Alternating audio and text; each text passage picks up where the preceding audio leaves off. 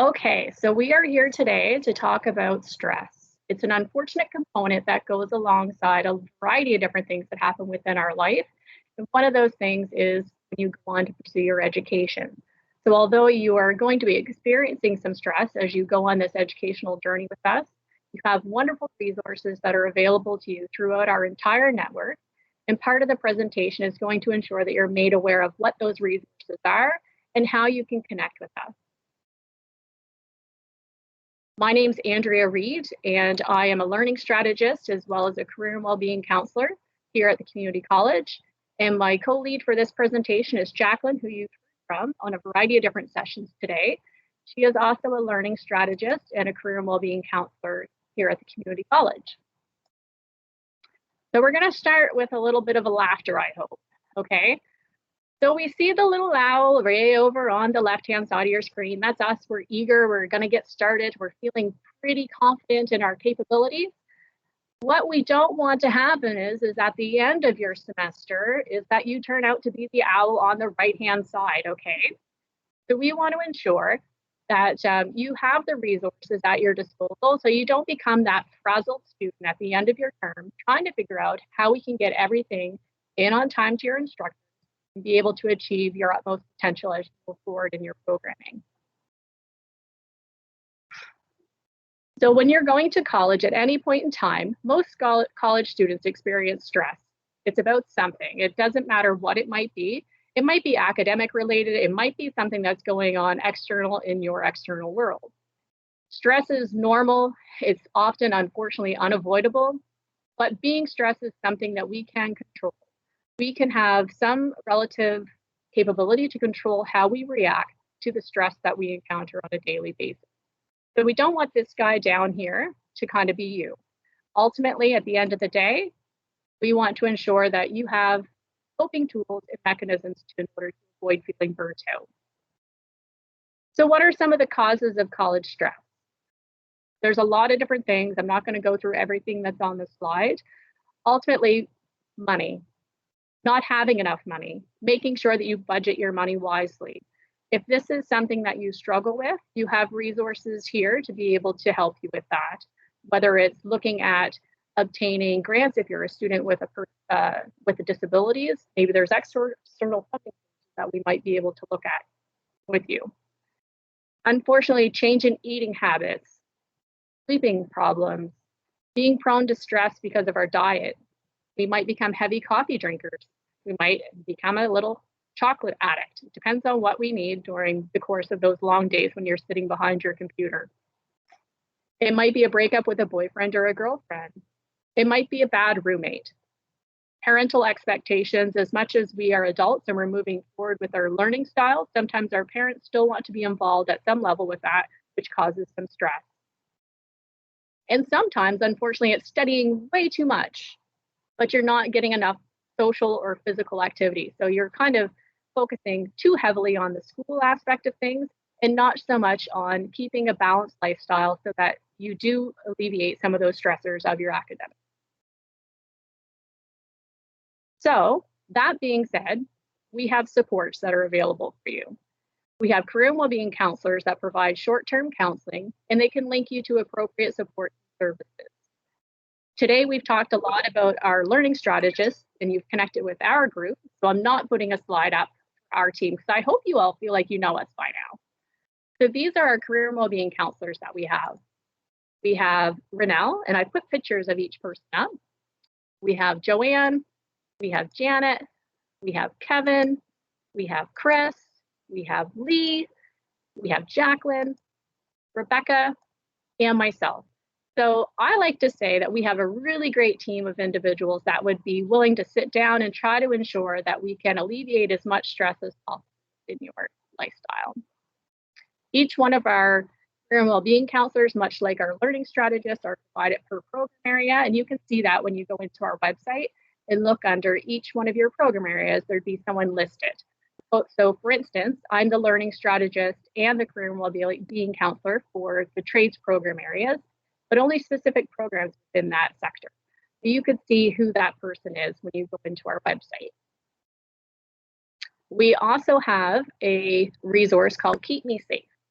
This is a 24/7 resource that individuals can access for mental health support. It uses linguistically and culturally matched licensed clinicians to provide mental health support through telephone and mobile chat. This is something that you can go onto our website as well, and you can download the app to be able to connect in real time if you would like to, or by calling the 1-800 number or the 1844 number that is there. So again, another resource that if you're maybe a little shy or hesitant to contact one of the providers that we have kind of at your disposal on the campus, that you could contact this resource as well. Or if it's in our after hours, because much like our learning strategists, our career and well-being counselors have typical business hours, that this is a resource that's available to you 24 hours a day. Like I mentioned before, if anyone has any questions, feel free at any point in time to interject and provide any additional information. Jacqueline has populated over into the chat some additional information about keeping safe.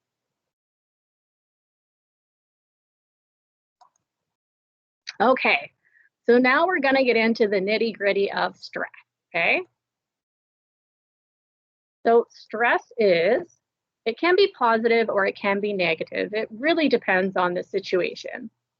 Positive stressors are called eustress, which includes things like an upcoming wedding or the holidays, things that we kind of see that would be a fun or an exciting or something that we are hoping for, that it makes us happy. On the other hand, we have the negative stress cycle. That's called distress. And that is the full-blown stress response. That's where we don't want you guys to get.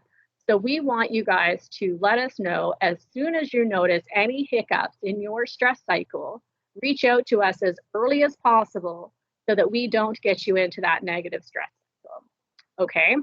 Because if negative stress continues, it can lead to loss of productivity, it can lead to health problems, it can lead to exhaustion, and it just is not good for your body, mind, or your soul. So ultimately, reach out to us as soon as possible, okay? So when I say that it affects us, how do you think that it would affect our working brain, do you think? Anyone? Do you think it would be a good thing or a bad thing to have all this stress on you as you're trying to learn in your academic environment?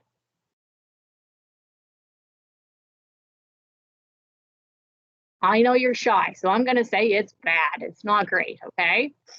So what happens? So stress can disrupt our business as usual in our brains, okay? The human brain relies on a web of nerve cells and connections. Its one hub of activity is kind of the prefrontal cortex. You can see that in the diagram that I have on the screen here. On the other hand, negative stress, one hub of activity is on the prefrontal cortex, right here on your brain, which is important for some of the fanciest forms of our thinking, right? These are our executive functions. They include things like abstract thinking, planning, focusing, juggling multiple bits of information, and even practicing like patience and things like that, right? So stress can muffle that signal. When the prefrontal cortex goes really quiet, more reactory brain networks take over. And these are the primitive circuits. They're the senses that respond to our thoughts. These are fast instinctual reactions that can be helpful when we're faced with, say, like a mouse or something scurrying across the ground in front of us. I hate mice, right? But it can be super helpful if we're faced with something that's even more fearful than that, say a tiger chasing you, right? But it's not helpful when we're trying to face a complex medical problem or an exam. So when our brain gets overloaded and our circuits reach into that primitive circuits, it actually causes our brain to shut down and not absorb and be able to process the way that it should be. So how do you respond to positive, negative stress? What does your desire to change in your hard work ethics mean? So when we look at our performance and our stress levels, one of the difficulties about stress is that it can work for or against you, okay? It's just like a car tire. When the pressure on your tire is just right, you can drive smoothly along the road. But if it's too low, you feel all the bumps and the control feels a little bit sluggish, right? If it's too high, you bounce all over the potholes and you can easily swing out of control.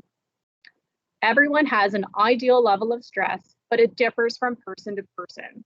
Basically, if there's not enough stress, then performance may suffer due to lack of motivation or boredom. However, too much stress can result in a drop of performance and result in stress-related problems like your inability to concentrate or illnesses. You must learn to monitor your stress levels, firstly to identify how your own optimal levels of stress, and secondary to learn when to intervene to increase or decrease your stress level. This is why the way that stress works for you. If stress is not handled properly, it can increase the negative consequences for an individual. So in your graph here, it shows that when we're not really super stressed, we get kind of bored, it can feel kind of stagnant. And then when we get our peak level, that's our area of optimal performance. So that's the level that we want to get into, kind of that sweet spot. When it gets into being too much stress, then we're into the high zone, and that's the initial zone that we don't want to get into.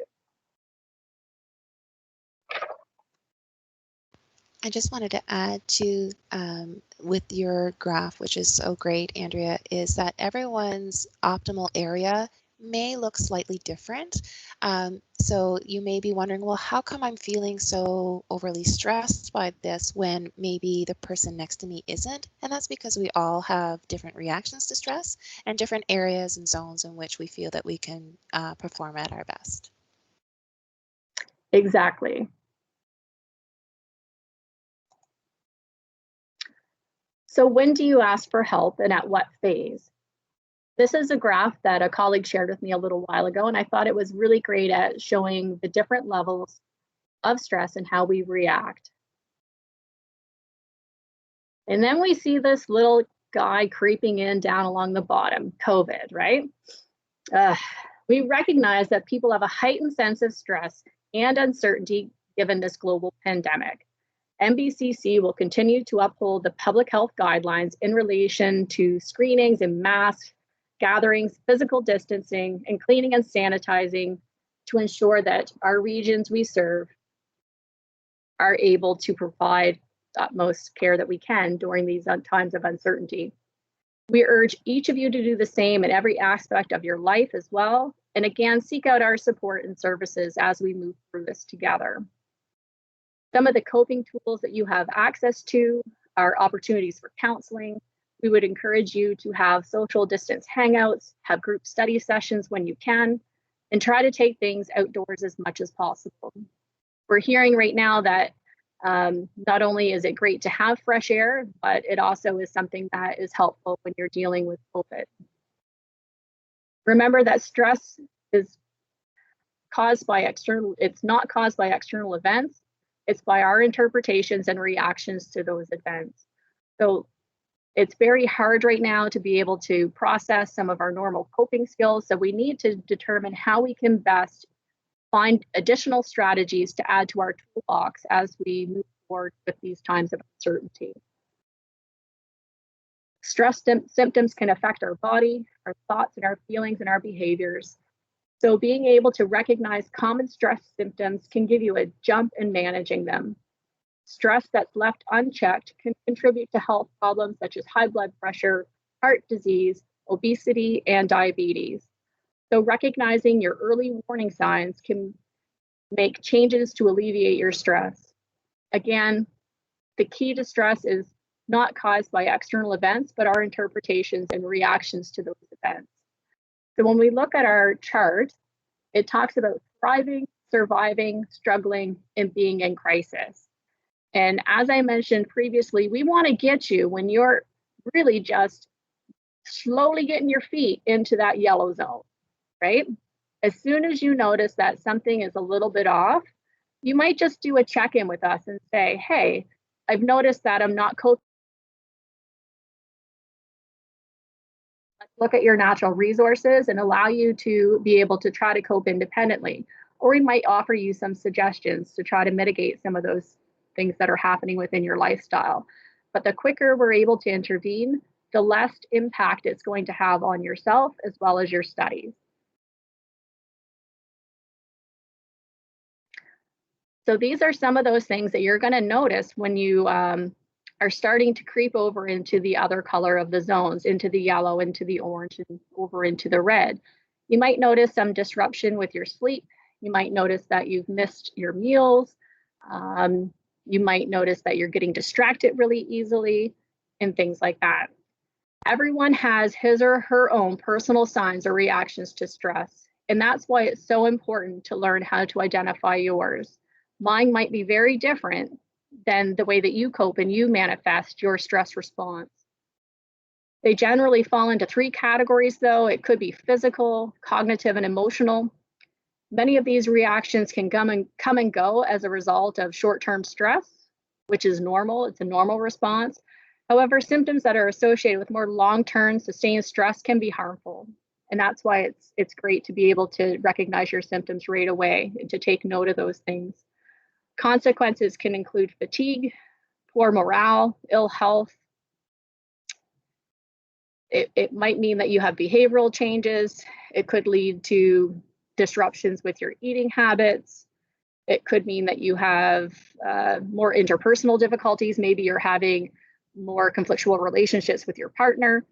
It could mean that perhaps you're drinking a little bit more than what you had before. Everyone reacts differently, and it might involve some medical consequences like headaches, or you might notice some issues with your health otherwise.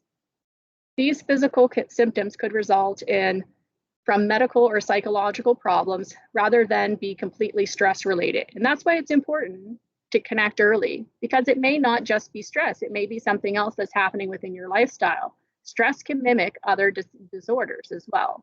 So it's important to make sure that you reach out and you seek support as quickly as you can. Does anyone have any questions? There aren't any questions in the chat right now. Okay. So what we're going to do is we're going to talk about keeping perspective, okay? Keeping perspective when under stress. It is easy to lose perspective, really, when you're under stress. It's hard to focus on full-scale picture, to see big picture. It's more tunnel vision at that point when we're under stress. Things can seem insurmountable. Some questions you might ask yourself is this really a problem? Is this something that somebody else has had to deal with? Can I prioritize any of these problems? In other words, try to look at the bright side of life and cultivate optimism. So trying to bring yourself back and gather yourself and put things back into perspective a little bit. However that reality check may be for you.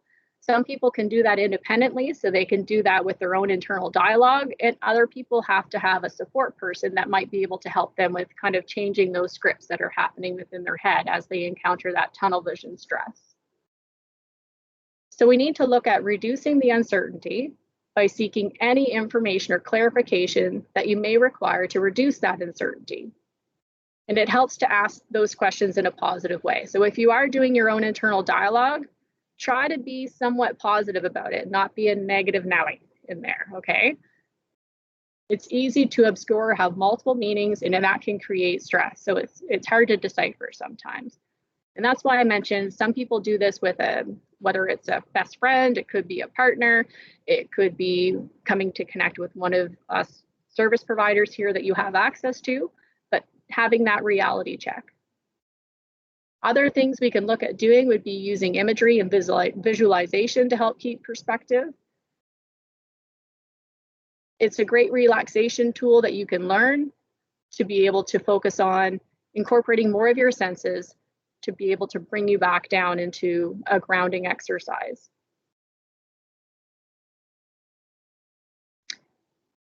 Here at the college, we also have a WellBeing app.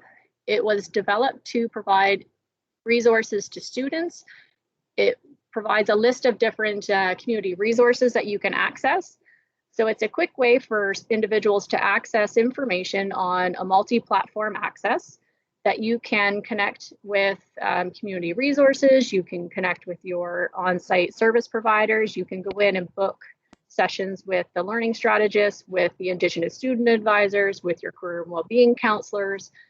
You can look at what additional repository of information may be in there that could help you tackle and sort through some of the issues that you may be facing. So you can check that out by going to the website, and there's a link in here directly to the app if you want to download it and put it on your phone. It can work in conjunction with the app that we talked about previously as well. But this one here was developed by MBCC colleagues to be able to provide campus-specific information for each student. So as we talked that stress is a normal part of day-to-day living. It's physical, emotional, mental reactions to life demands. It's healthy when we grow and we develop from it. It's unhealthy when we are overwhelmed and unable to function normally. It reveals different reactions in each person.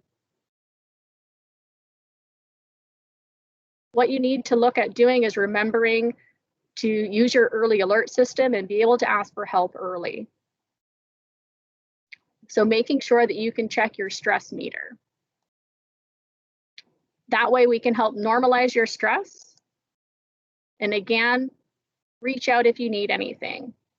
I know that it seems simple enough to be able to ask for help if you need it, but if you've ever needed a helping hand, you know how hard it can be.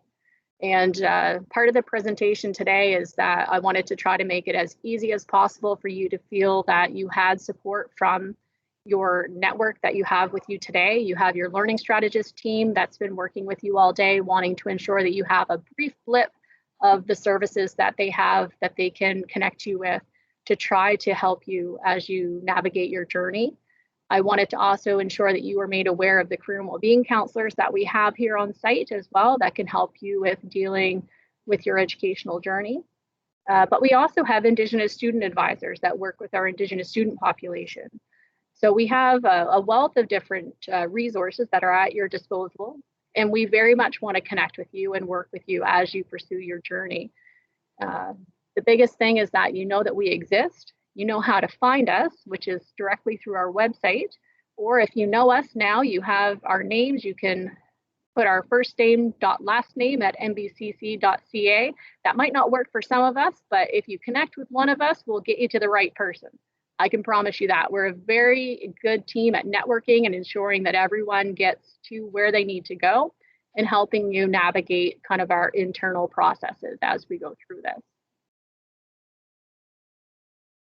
So we did our deep breathing exercise, and we could do one more just to wrap it up. I think we have 5 minutes here. So what I'd like for you to do is to sit comfortably in your chair and close your eyes. And I can see you. No, I can't because you don't have your cameras on. But I want you to close your eyes and sit with your feet flat on the floor and take 3 deep breaths. In your mind, I want you to imagine a place and time from your past where you felt calm and very relaxed. Perhaps this will be a picture, a visit to a beach. Let your mind explore the sounds, the sights, and the smells, and the feelings of that moment. Enjoy the peace and calm that it brings. Now take another deep breath and enjoy the experience. Exhale through your mouth. Now open your eyes.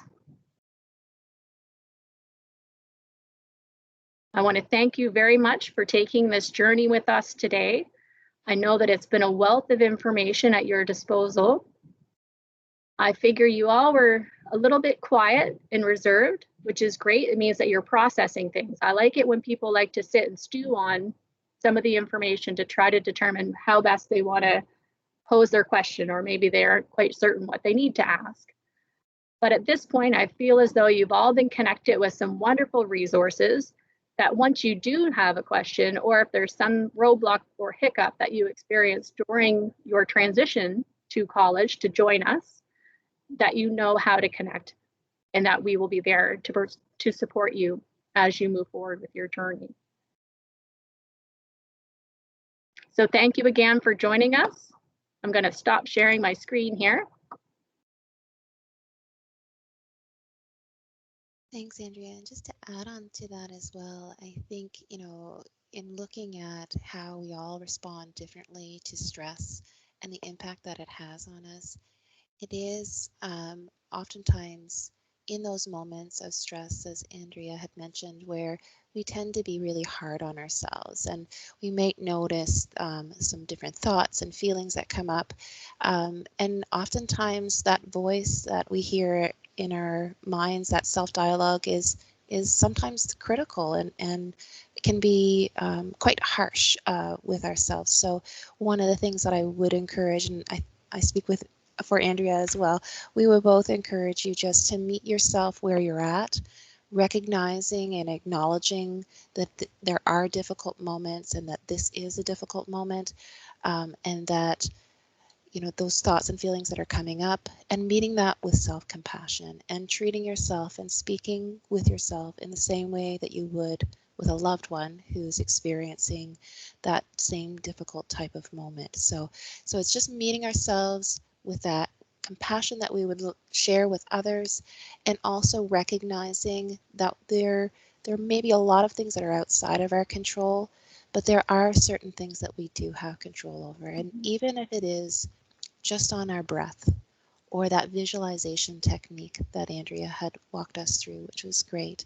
And I'm sure that you all have a number of different strategies that you're using on a day-to-day basis that helps you when you're dealing with stress. So one of the things that I encourage you to do is take a few moments, jot down the things that are in your toolbox. So whether it's laughing, playing, getting out in nature, visualization or breathing techniques, just having a handy list there so that you can remind yourself to take care of you as you're starting this new journey, because it comes with a lot of excitement, but it comes with a lot of nerves and stress too. Any big thing that we start does have its fair share. So please know that we are a resource for you, and that you already have so much that you have at your disposal right now to help you navigate life's ups and downs. So thank you very much. Thank you. Have a wonderful night, you guys.